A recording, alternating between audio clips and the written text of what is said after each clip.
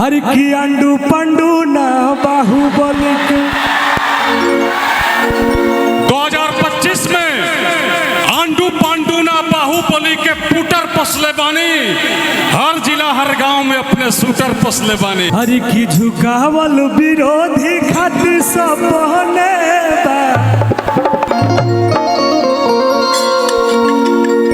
हर किए जानू हो पूरा पटना मनेर विधानसभा अपने हर की काहे करेलू जवानिया बेकार गोरी दिलावा मांगता मनेर के रंगदार गोरी दिलावा मांगता यारा के रंगदार गोरी। और आज पटना जिला के मनेर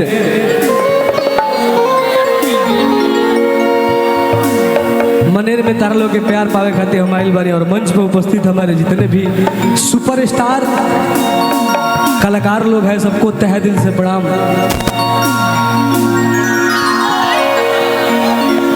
हेलो।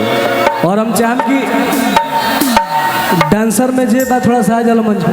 व्यास जी से चाहता हूं और आज के कार्यक्रम में सबसे बड़ी बात यह है कि हम सबों के मित्र, हम सबों के बड़े भाई और बिहार के चर्चित लीडर दीपू राणावत जी के दर पे आदरणीय सच्चिदानंद बाबू के पावन स्मृति में मनेर की ऐतिहासिक धरती पे टुनटुन यादव जी का पदार्पण हुआ है। मैं बिहार के नौजवानों से चाहता हूं कि एकता का परिचय दीजिए और जोरदार तालियां सम्मान में बजा दीजिए एक बार। यह शानदार मोहब्बत है।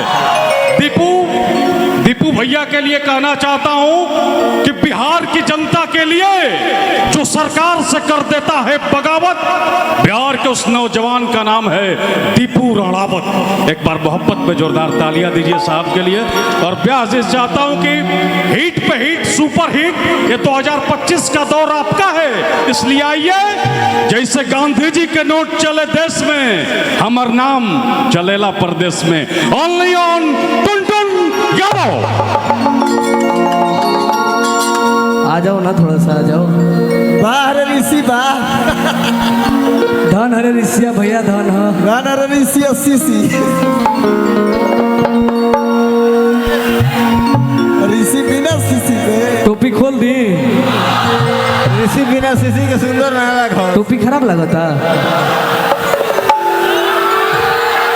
टोपी खोला, चश्मा खोला।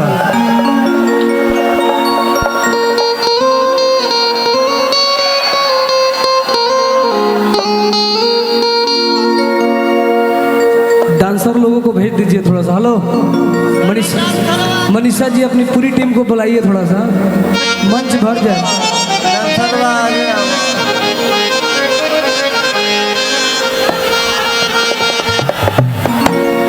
आज सारा डांसर के आगे बुलाओ। तारा लोग के फिर प्यार पावे खातिर हम पटना जिला में आइल बानी यार। पूरा चीजें हटा ए भाई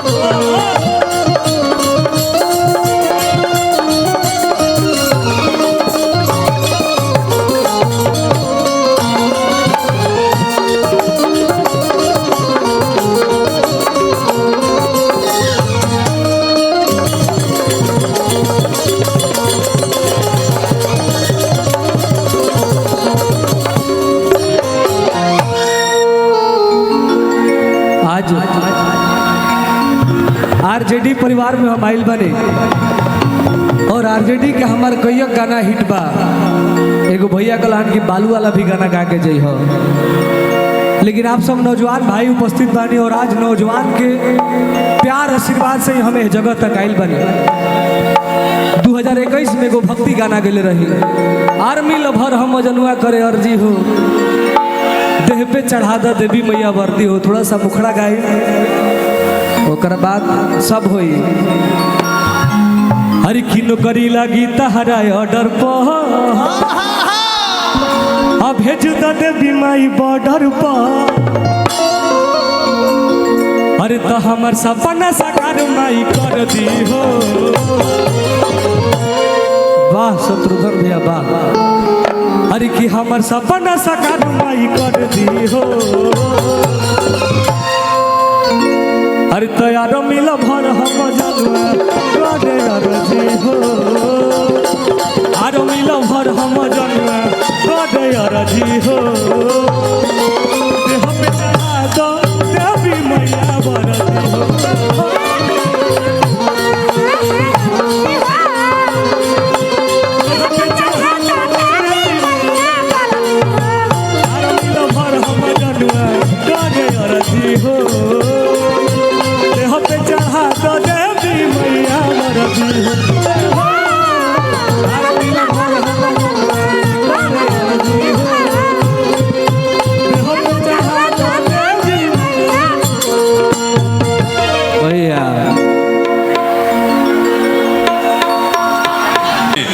लेकिन जब बिहार के नौजवानों ने आवाज दिया, लेबू ना देबू बात जान जाई टोला, शराब से खराब नशा लड़की में होला।